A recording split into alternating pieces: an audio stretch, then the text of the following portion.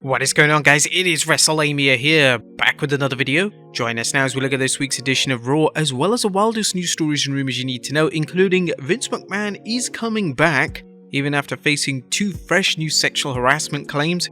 Matt Riddle has been suspended for wellness policy violation. Kylie Rae makes her main event debut.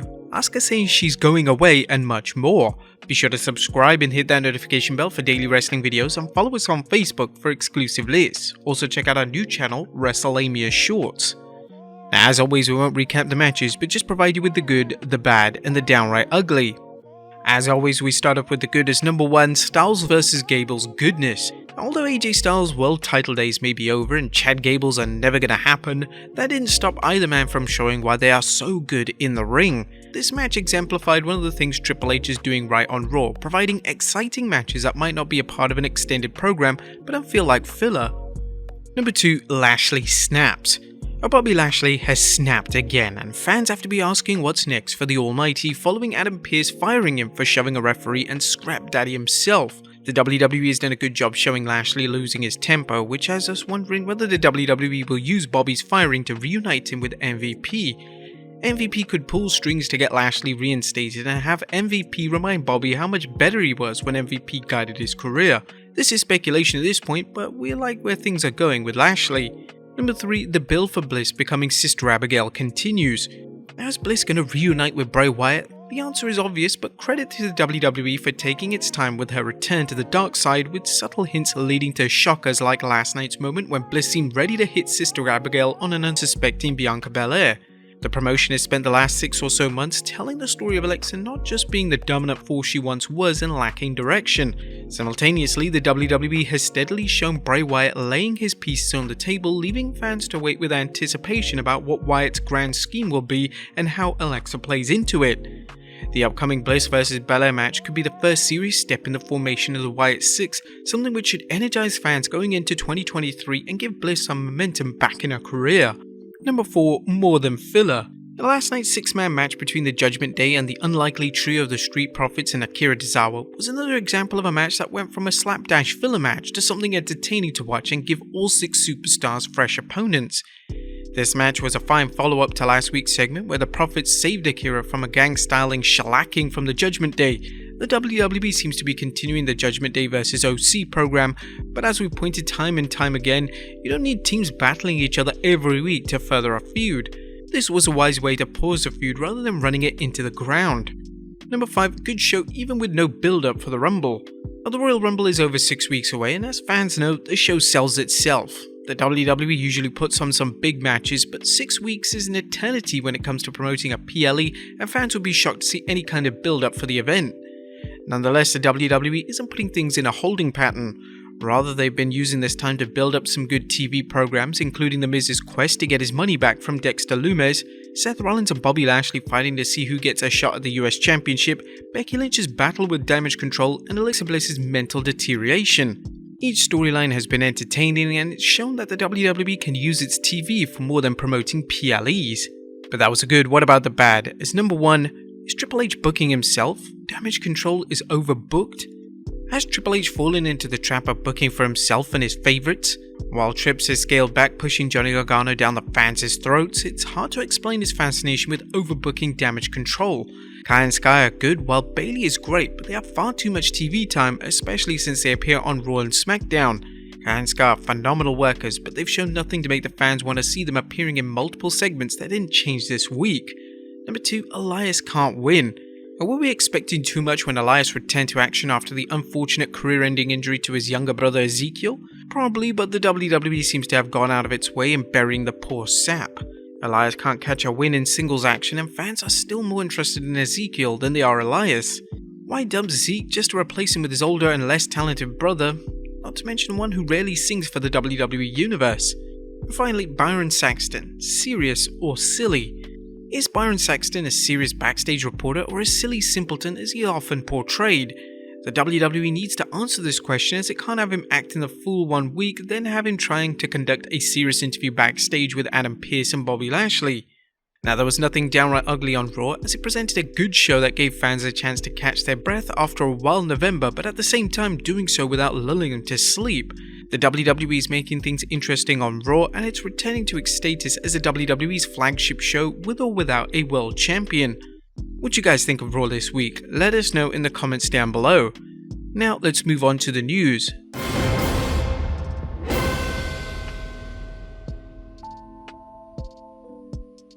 Now first story looks at Vince McMahon coming back. Atop of today's news is a story from the Wall Street Journal discussing 2 new accusations against Vince McMahon. The story also includes rumors that McMahon intends to return to WWE, but first let's look at the latest accusations.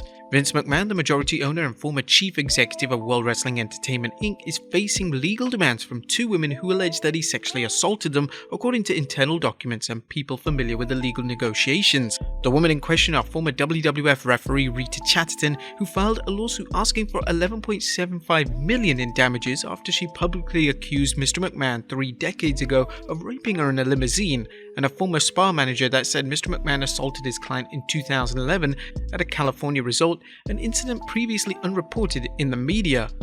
The story also mentions that apparently McMahon feels his time in the WWE isn't over yet. The 77-year-old Mr. McMahon has also told people that he intends to make a comeback at WWE.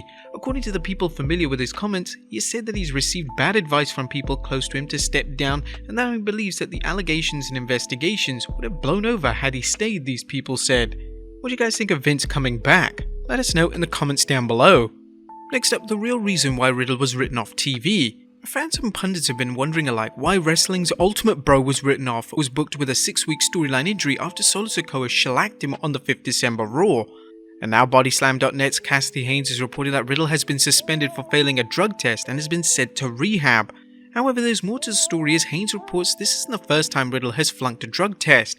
According to Haynes, Riddle missed his SummerSlam match against Seth Rollins due to Matt failing a drug test. Cassidy commented, "Sources have told me that the reason for pushing back the match was because Matt Riddle failed a drug test leading up to SummerSlam. This was also the last test under Vince McMahon's regime.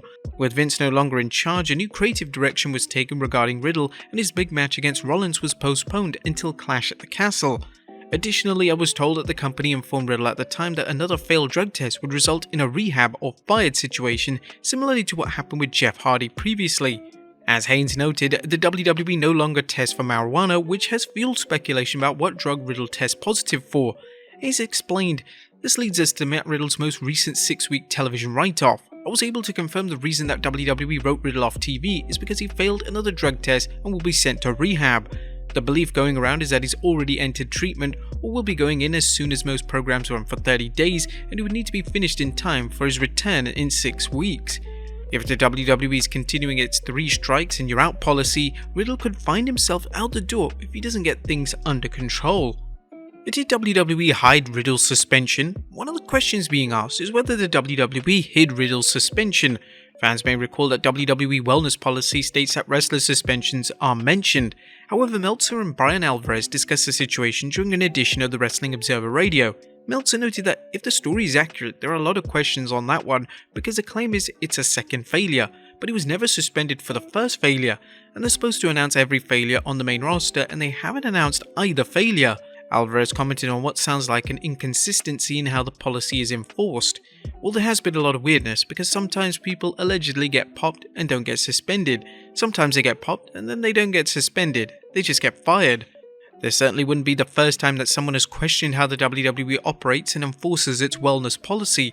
Both Meltzer and Alvarez raised some good points. What is the use of the wellness policy if WWE plays fast and loose with it? Next up, Karl Anderson wrestling at New Japan Wrestle Kingdom. It's good news for New Japan Pro Wrestling fans wanting to see Karl Anderson defend the never openweight championship he held before leaving the promotion for WWE. Anderson is now booked to defend the title at Wrestle Kingdom 17. According to Meltzer, Anderson is very happy to be able to make this defense, especially after he bowed out of the 5th November appearance he was booked in, instead wrestling with the WWE at Crown Jewel. Meltzer commented, "New Japan plans are booked far in advance and they hate to change it.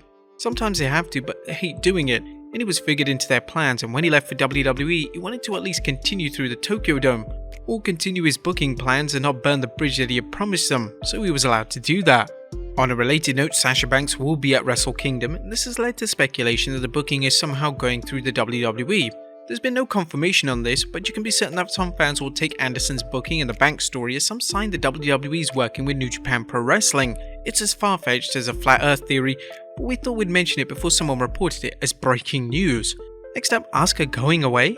Is Asuka going away? That's not news as Asuka tweeted so much. What could be big news is the return of Asuka's NXT badass persona or even her pre-WWE Kana persona. Following a loss to Rhea Ripley, the Empress of Tomorrow tweeted, "I'll be on a trip for a while." Fans noticed that Asuka wrestled without her usual makeup, another hint a change could be coming. If so, let's hope the WWE capitalizes on Asuka's phenomenal skills as she has everything she needs to be a main eventer rather than a supporting player. Next up, William's warning. William Regal has issued a warning to people who have heard various stories about him following the news that he's leaving AEW for the WWE. He tweeted to his fans, "There seems to be a lot of news about me getting spread around. There's enough people who really know me, although there are a few, as trust is a big issue with me, who know the truth. Unless you hear it from me directly, it is at best secondhand information." The tweet has raised eyebrows for fans eager to hear that his lordship's side of the story, as Regal concluded, "Unless you hear it directly from me, it's either wrong or someone's interpretation of what is really going on. And that means everything that is said about me from every source. That goes for anyone saying that have spoken or know me. A still tongue keeps a wise head." Finally, Kylie Rae debuts in WWE. Last but not least, Kylie Rae made her WWE debut on 12th December wrestling Dana Brooke during a taping for Main Event. She competed under the name Brianna Ray. You may recall she reportedly participated in a WWE tryout recently at the PC. Ray has wrestled on and off since her 2016 debut. She lost to Brooke and there's no word if the WWE plans on signing her. But there you have it folks, the wildest news stories and rumors you need to know. Be sure to leave your comments down below and I'll see you next time with some more wrestling content.